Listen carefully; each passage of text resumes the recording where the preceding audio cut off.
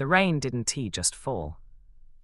It assaulted the pavement, a relentless, drumming sheet of grey that blurred the neon strobes of the patrol cars into watery hallucinations.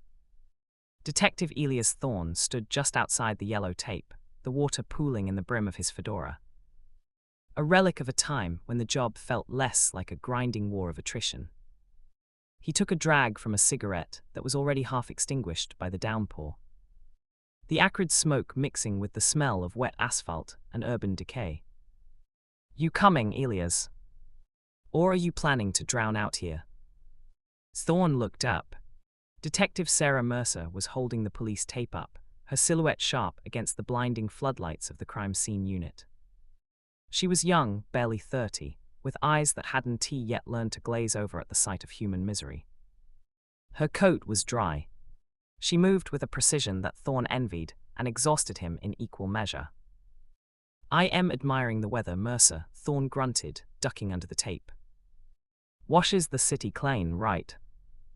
Not this part of the city, she countered, turning on her heel. They entered the First City Bank, and the roar of the storm vanished, replaced by a suffocating, pressurized silence. The lobby was a tableau of controlled chaos. Uniformed officers were photographing the floor, while paramedics attended to a cluster of civilians in the corner. But it wasn't the panic that caught Thorne's attention. It was the stillness. 4 perps, Mercer said, flipping open her notebook. Her voice was low, analytical. Entered at 14. 0 hours gone by 14. 4, they moved like smoke, Elias. No shouting, no wasted movement. They put the guards down with tasers before anyone could draw. Thorne walked to the center of the room. He crouched near a discarded zip tie. Look at the hostages, he said, gesturing toward the huddled group. Check their wrists. Mercer squinted. Single loop. Hands front. Not just front, Thorne corrected. Loose enough to maintain circulation, tight enough to prevent movement. And look at the spacing of the victims on the floor. Equal distance. They didn't just herd them. They managed the battle space. This wasn't a crew of meth heads looking for a quick score. This was a paramilitary operation. He stood, his knees popping, and moved toward the rear of the bank. The air grew heavier here, thick with a metallic tang that coated the back of the throat. Ozone and sulfur. The vault door, a massive slab of steel designed to withstand an atomic blast, stood ajar. It hadn't been cracked. It had been surgically violated. A circular hole, glowing faintly red at the edges, had been burned through the locking mechanism. Thermite, Mercer noted, pointing to the slag pooling on the floor. And a plasma cutter to finish the job. Fast, incredibly hot. They knew exactly where the tumblers were. They stepped inside. Thorne expected the usual sight of a robbery. Drawers ripped open, cash strewn across the floor, the frantic debris of greed. Instead, the vault was eerily pristine. The shelves were lined with stacks of currency, neat, bound bundles of hundreds and fifties. Millions of dollars sitting in the open air, utterly ignored. Thorne felt a cold prickle of unease crawl up his spine. Mercer, tell me I am seeing things. You aren't, she whispered, her flashlight beam dancing over the undisturbed stacks. They didn't touch the cash. There's 4 million sitting here, easy. Why leave it? Detectives. The voice was shaky, wet with phlegm and terror. Thorne turned to see the bank manager, Mr. Henderson, standing in the doorway. He was flanked by a uniformed officer. The man was pale, his expensive suit clinging to him with sweat. Mr. Henderson, Thorne said, his voice dropping an octave, becoming the calm anchor in the room. Walk us through it. They knew my name, Henderson stammered, wringing his hands. They didn't ask for the combination to the main reserve. They just wanted the safety deposit boxes. But they didn't want all of them.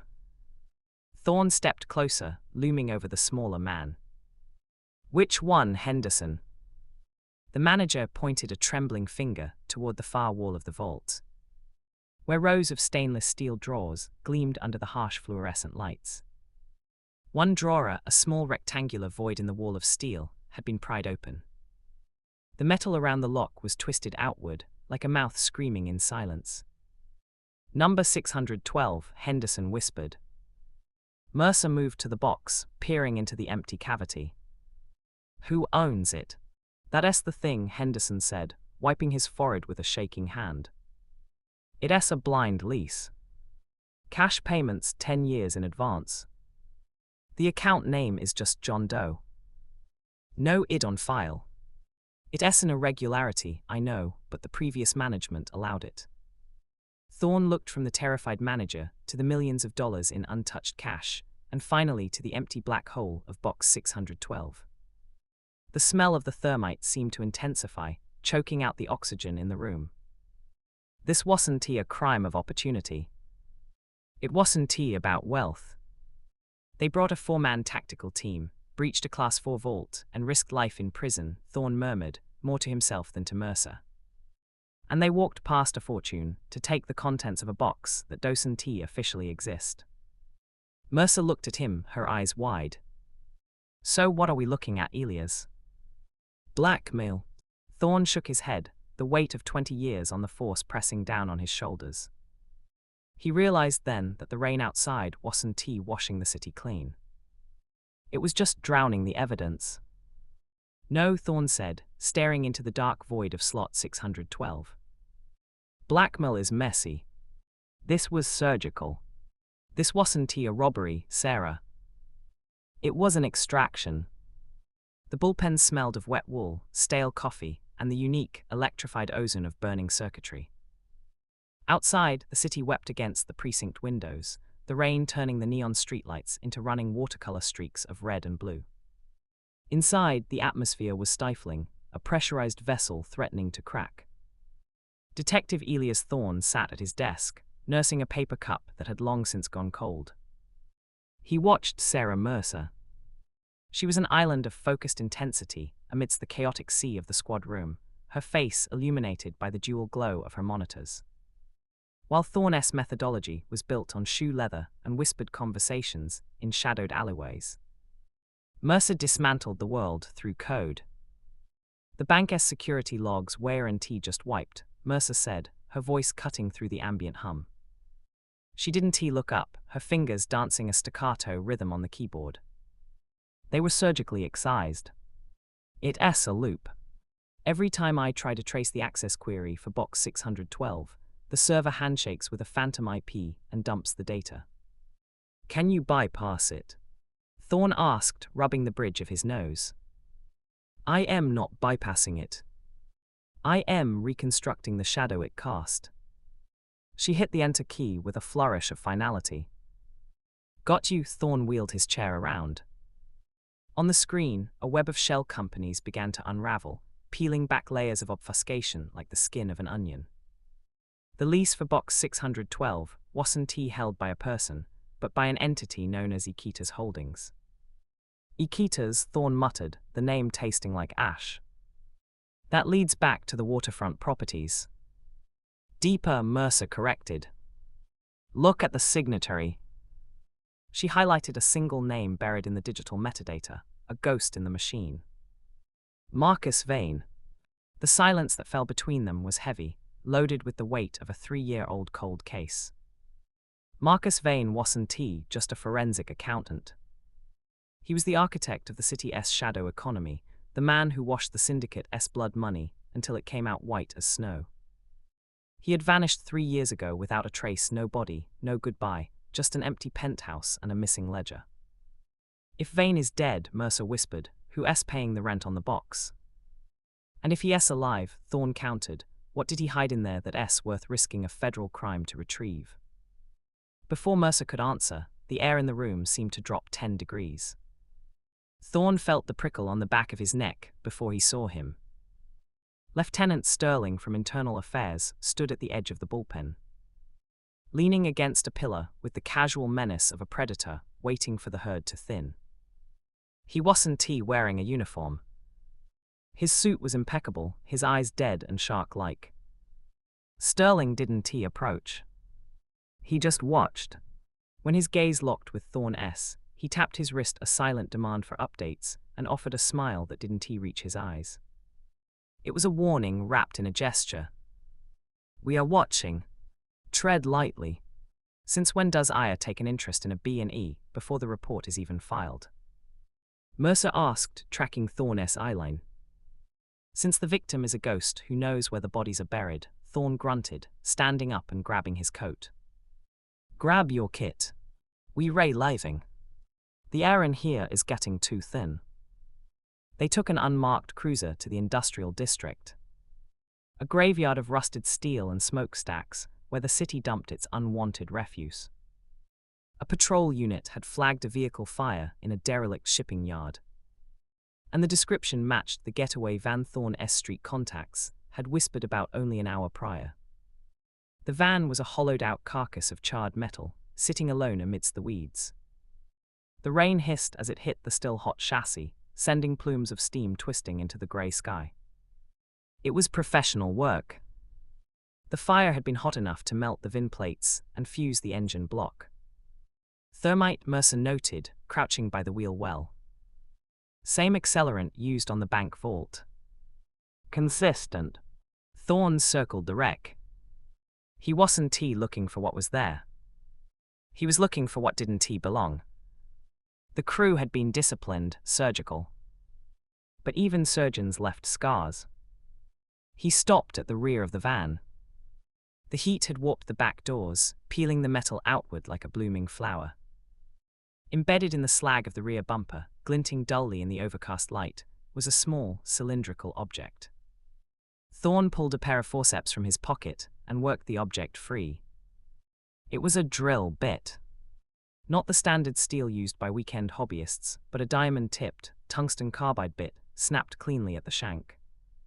"Look at the threading," Thorne said, holding it up to the rain-streaked light. "Custom pitch. This isn't for wood or masonry. This is for boring through reinforced titanium." Mercer squinted at it. There are only 3 machine shops in the tri-state area that import these. And only one, Thorne said, a grim satisfaction settling in his gut. That operates off the books and services the kind of clientele who need to break into things that aren't meant to be broken. He dropped the bit into an evidence bag. The investigation had shifted. They weren't just chasing ghosts anymore. They were hunting a mechanic who built tools for phantoms. And as Thorne looked back toward the city skyline, obscured by rain and smog, he knew the eyes of internal affairs were still burning into his back. The robbery wasn't the crime. It was the opening move in a war they didn't yet understand. The air in the garage smelled of stale grease, oxidizing iron, and the sharp, ammonia-tinged scent of fear. Thorne stood by the roll-up door, silhouetted against the grey afternoon light, while Mercer placed the specialized drill bit on the workbench. It made a heavy, accusing clink that seemed to echo in the cramped space. Sealers, a mechanic whose hands were permanently stained with the grime of illicit labor, wiped his palms on a rag that was hardly cleaner. He wouldn't look at Mercer. He stared fixedly at the drill bit, his Adam's apple bobbing like a cork in rough water. "It's a standard piece," Sealers mumbled, his voice cracking. "You can buy that at any hardware store." "Not this one," Mercer said, her tone clinical, stripping away his defenses layer by layer. "High-tensile tungsten carbide, custom fluting for silence. We traced the serial batch to a supplier in Jersey who only ships to 3 addresses in this city. 2 are high-end fabrication shops. The 3rd is here." She leaned in, her eyes sharp behind her glasses. "You didn't just service the van, Sealers. You gave them the tools to breach a federal bank." "I fix cars," Sealers pleaded, looking toward Thorne for sympathy, finding only a stone wall. "That's it." Thorne finally moved. He didn't shout. He didn't slam his fist. He simply walked forward, his footsteps heavy and deliberate, closing the distance until he was invading the mechanic's personal space. He exuded a kind of suffocating gravity. "You think this is a robbery investigation," Thorne said, his voice a low rumble. "That's your mistake. They didn't take the money, sealers. They took leverage. That makes this a national security issue. That makes you an accessory to domestic terrorism." Thorne let the words hang there, heavy and poisonous. "I can stop the feds from burying you in a hole so deep you'll forget what sunlight looks like. Unless you give me a name." Sealers trembled. "If I talk, I am dead. You don't know who these people are." "I know they leave no loose ends," Thorne countered, glancing at the clock on the wall. "And right now, you're the loosest thread in the sweater. You think they'll let you live just because you fixed a radiator. You're a liability." The logic struck home. Sealers slumped, the fight draining out of him. "The shipyards," he whispered. "Derelict section. Dry dock 4. There's a hull of an old tanker, the Acheron. They've been staging there for weeks." Mercer nodded, already logging the location, but her phone buzzed before she could radio it in. She checked the screen and her face went ashen. She looked at Thorne, the silent communication between partners flashing instantly. "Trouble, we have to go," Mercer said, grabbing her coat. "What is it?" Thorne asked as they shoved out of the garage, leaving a shivering Sealers amidst his scrap metal. "Dispatch just called it in," Mercer said, climbing into the driver's seat. "Arthur Henderson, the bank manager, found hanging in his study 20 minutes ago." Thorne slammed the car door, his jaw tightening. "Suicide, staged to look like it," Mercer replied, merging aggressively into traffic. "No note, and according to the me on scene, the angle of the ligature marks is all wrong. Someone is cleaning house, Elias. Just like you told Sealers." The reality of the timeline settled over them like a shroud. The crew wasn't just flaying. They were erasing the board. Henderson was the first domino. Sealers would likely be the second if they didn't act. "Get the warrant for the shipyard," Thorne ordered, staring out the window at the blurring cityscape. Mercer made the call, putting it on speaker. The conversation was brief, infuriating, and circular. The assistant district attorney wanted more probable cause. Internal Affairs had flagged the investigation for review, freezing their ability to deploy tactical teams without direct authorization from the chief, who was conveniently unreachable. Bureaucracy, Thorne spat as the call ended. "It's not just red tape, Sarah. It's a blockade. Someone high up doesn't want us inside that ship." "We can go in without backup, Elias," Mercer said, though her foot pressed harder on the accelerator. "It's a kill box. If that crew is as professional as they looked in the bank, 2 detectives with service pistols are just target practice. If we wait for SWAT, the Acheron will be empty," Thorne said. He turned to her, his eyes hard but devoid of madness. It was the clarity of a man who realized the rules were written by the people he was hunting. They killed Henderson to protect what was in box 612. Whatever is on that ship, they will burn it before the ink dries on a warrant. Mercer gripped the steering wheel, her knuckles white. She was a creature of protocol, a believer in the shield and the system. But the system was stalling, and the body count was rising.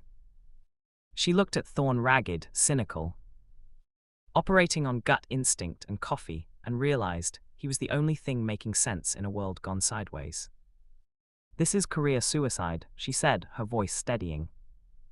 "Only if we survive," Thorne replied. Mercer didn't argue. She didn't slow down. She flipped on the siren not to call for help, but to clear the path. They were driving straight into the Dragon's mouth, alone. Armed only with a half-empty magazine, and the terrifying certainty that they were the only ones willing to bleed for the truth. The shipyard was a cathedral of rust, a sprawling graveyard where the skeletons of leviathans went to die under the weeping grey sky. Rain drummed a relentless, narcotic rhythm against the corrugated tin roof of Warehouse 4B. masking the sound of Detective Elias Thorne's breathing as he pressed his back against the cold metal of a sliding door. Beside him, Detective Sarah Mercer checked the chamber of her service weapon, her face a pale mask of concentration in the gloom. They were ghosts in a machine, operating without backup, without a warrant that would hold up in court. And if Thorne's gut was right, without a safety net. Thorne signaled with 2 fingers. A pincer movement. Mercer nodded, her eyes hardening, and slipped away into the labyrinth of shipping crates and decaying machinery. Thorne waited 3 heartbeats, then moved. Inside, the warehouse was a cavern of shadows cut by slivers of amber light, bleeding in from high, grime-streaked windows. It smelled of brine, diesel, and old secrets. Thorne moved not with the speed of a sprinter, but with the predatory patience of a shark. He didn't stomp. He flowed, his eyes scanning the elevated gantries and the deep recesses between stacked pallets. This wasn't a raid. It was a hunt. Mercer, navigating the eastern flank, found the silence unnerving. It was too absolute. There was no nervous chatter, no clinking of beer bottles, sounds typical of low-level thugs celebrating a score. She reached a makeshift command post near the center of the floor. A folding table illuminated by a battery-powered lantern. On it lay the spoils of Box 612. It wasn't cash. It wasn't diamonds. It was paper and silicon. Mercer holstered her weapon with one hand and flipped open the leather-bound ledger. Her eyes widened as she scanned the columns. It was a roadmap of corruption, a meticulously detailed account of bribes, extortion, and laundered funds. Her finger traced a line near the bottom of the page, and her breath hitched. The name wasn't a criminal alias. It was the police commissioner. Next to the ledger sat a ruggedized hard drive, likely containing the digital smoking gun. Don Timu, Thorne's voice boomed from the shadows on the opposite side, shattering the quiet. Mercer drew her weapon instantly, stepping into the light to complete the encirclement. 3 men stood near a darkened alcove, dressed in tactical black, their gear professional, their posture disciplined. They didn't scramble. They didn't scream. They simply froze, hands raising slowly, palms out. These weren't bank robbers. They were operators. Easy, Detective, the man in the center said. His voice was calm, almost bored. He was older, with a scar bisecting his left eyebrow. You're making a mistake. The only mistake was thinking you could hit a bank in my city and vanish, Thorne growled, stepping into the pool of lantern light. His aim unwavering. Nays, now. We aren't here to keep it, the leader said, nodding toward the ledger Mercer guarded. We were hired to burn it. You think we cracked a federal vault for leverage? We ray the janitors. We ray cleaning up a mess your boss left behind. The revelation hung in the damp air like smoke. Mercer looked from the ledger to the mercenary. If they were the cleanup crew, then the theft was actually an erasure. The death of the bank manager, the stalling from internal affairs, it all clicked into a terrifying mosaic. They weren't solving a robbery. They were interrupting a cover-up orchestrated by the very institution they served. Who hired you? Mercer demanded, her voice tight. The mercenary leader offered a grim, fatalistic smile. Do you know who? And if we ray still here talking, it means we've already been burned. We ray all loose ends now. Thorne tightened his grip on his pistol, sensing the shift in the atmosphere. The hairs on the back of his neck stood up a primal warning that arrived a fraction of a second too late. Get down, the sound was not a bang, but a wet, sickening crack. The mercenary leader's head snapped back violently, a spray of crimson mist painting the side of a rusted shipping container. He collapsed instantly, a puppet with cut strings. Chaos erupted. Sniper, Thorne roared, diving behind a stack of oil drums, just as a second round sparked violently off the concrete where he had been standing. Mercer scrambled beneath the heavy oak table, clutching the ledger and the hard drive to her chest. The other 2 mercenaries weren't arresting targets anymore. They were fellow prey. They scattered into the darkness, weapons drawn, firing blindly toward the high catwalks. The warehouse, once a place of silent tension, transformed into a kill box. The shots were coming from outside, through the high windows, precise, high caliber and rhythmic. Whoever was out there wasn't panic firing. They were dismantling the scene, one bullet at a time. Thorne looked across the gap at Mercer, his eyes conveying a desperate reality. The hunter had become the hunted, and the only way out was through a gauntlet of fire. The echo of the sniper's shot slammed against the corrugated steel walls, a deafening crack that turned the warehouse into a kill jar. Thorne didn't think. Instinct, honed by 3 decades of street survival, took over. He grabbed Mercer's collar and hauled her behind a stack of shipping pallets, just as a second round chewed through the concrete where she had been standing a fraction of a second before. High caliber, Thorne hissed, the taste of rust and adrenaline sharp in his mouth. Professional. He up on the crane gantry, north side. He got the angle. Mercer clutched the hard drive to her chest, her breathing shallow but controlled. She wasn't panicking, she was calculating. The rear exit is 40 yards, she whispered, her eyes scanning the gaps in the industrial debris. If we move, he fires. He cleaning house, Sarah. The mercenaries were the loose ends. We ray just collateral. Thorne picked up a discarded wrench from the floor. I am going to give you a window. It will be small. Do not hesitate. Thorne didn't wait for an argument. He hurled the wrench high and to the left, clattering it against a suspended chain. The sniper, disciplined but reactive, shifted aim. The rifle cracked. In that momentary realignment, Thorne broke cover, firing 2 suppression shots blindly toward the gantry, while shoving Mercer toward the shadows of the heavy machinery. She scrambled low, sliding beneath the chassis of a rusted forklift, while Thorne dove behind a generator.